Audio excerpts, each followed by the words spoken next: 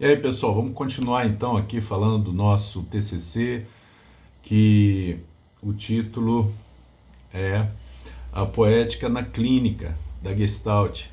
Eu tinha parado aqui, né? Eu estava falando sobre Bachelard e agora eu vou colocar aqui que a Prado, por exemplo, diz que a imaginação poética, segundo a concepção de Bachelard, é uma possibilidade de linguagem, né?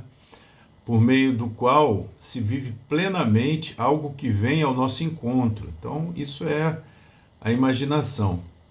Mas ele critica, por exemplo, a visão psicanalítica, que considera assim que muitas vezes isso é uma sublimação, né?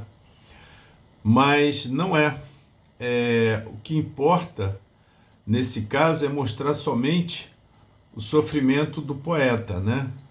A psicanálise está preocupada com essa questão do sofrimento, mas ele faz uma colocação que seria o mesmo que explicar a beleza de uma flor, né? Pelo adubo. Então, a questão da imaginação sempre vai trazer algo muito próprio do poeta. Aqui, Bachelard ele fala num texto aqui: não há nenhuma necessidade de ter vivido o sofrimento do poeta para compreender o reconforto da palavra oferecida pelo poeta, reconforto da palavra que domina o próprio drama. A sublimação na poesia domina a psicologia terrestremente infeliz. É um fato. A poesia tem uma felicidade que lhe é própria, qualquer que seja o drama que ela seja levada a ilustrar. Então, o Bachelard ele tem uma visão mais otimista, né, sobre a questão da imaginação. Coloca aqui, por exemplo, que certas horas a poesia propaga ondas de calma, né? De ser imaginada, a calma se institui de uma emergência do ser, com um valor que domina, apesar dos estados subordinados do ser, apesar de um mundo conturbado.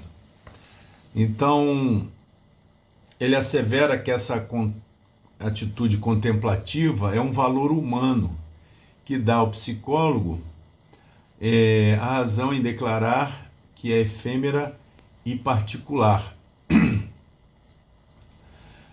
Ele prossegue a dizer que poemas são realidades humanas vividas o suficiente para poder explicá-las e que é preciso revivê-las em sua expressão poética. Bom, aqui até a professora coloca aqui: a arte em si permite esse reviver, ressignificar, utilizar a linguagem artística para também dizer de si. Eu concordo. Sempre a arte como linguagem. Bom, aí vem aqui que sobre essa atitude contemplativa, a questão da poética sempre provoca inevitável, né, projeção de insights, e a leitura ela sempre põe o nosso pensamento, a leitura do texto, em movimento, ativa a simbolização, a construção de sentido e de narração. Bom, se algo dolorido é dividido com o autor, com aquele que lhe empresta a palavra e a voz, abre-se espaço para a intimidade, para a afetividade e para a sensibilidade. Quem diz isso aqui é Seixas, em 2020, né, que eu acho que é uma professora que trabalha com biblioteconomia, biblioterapia, aliás. Então aqui, a imagem poética deve ser entendida não como estabelecido por imagem, mas como aquilo que é uma emergência da linguagem, e que está sempre pouco acima da linguagem significante.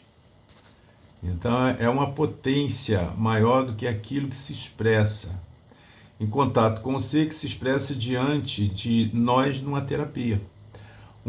Esse tom um pouco acima da linguagem deve expressar uma extrapolação que nos chama a uma cautela em não buscar a interpretação.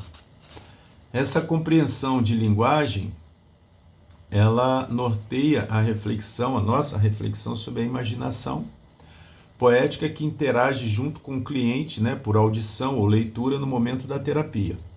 Nesse momento, a linguagem poética deixa de ser usada como meio de expressão ou instrumento e passa a manifestar e revelar o nosso modo de ser situado no mundo, com os outros. A poesia é, de fato, atividade complementar e resulta de um esforço individual no sentido de suprir uma falta essencial de linguagem falada. Então, é recurso.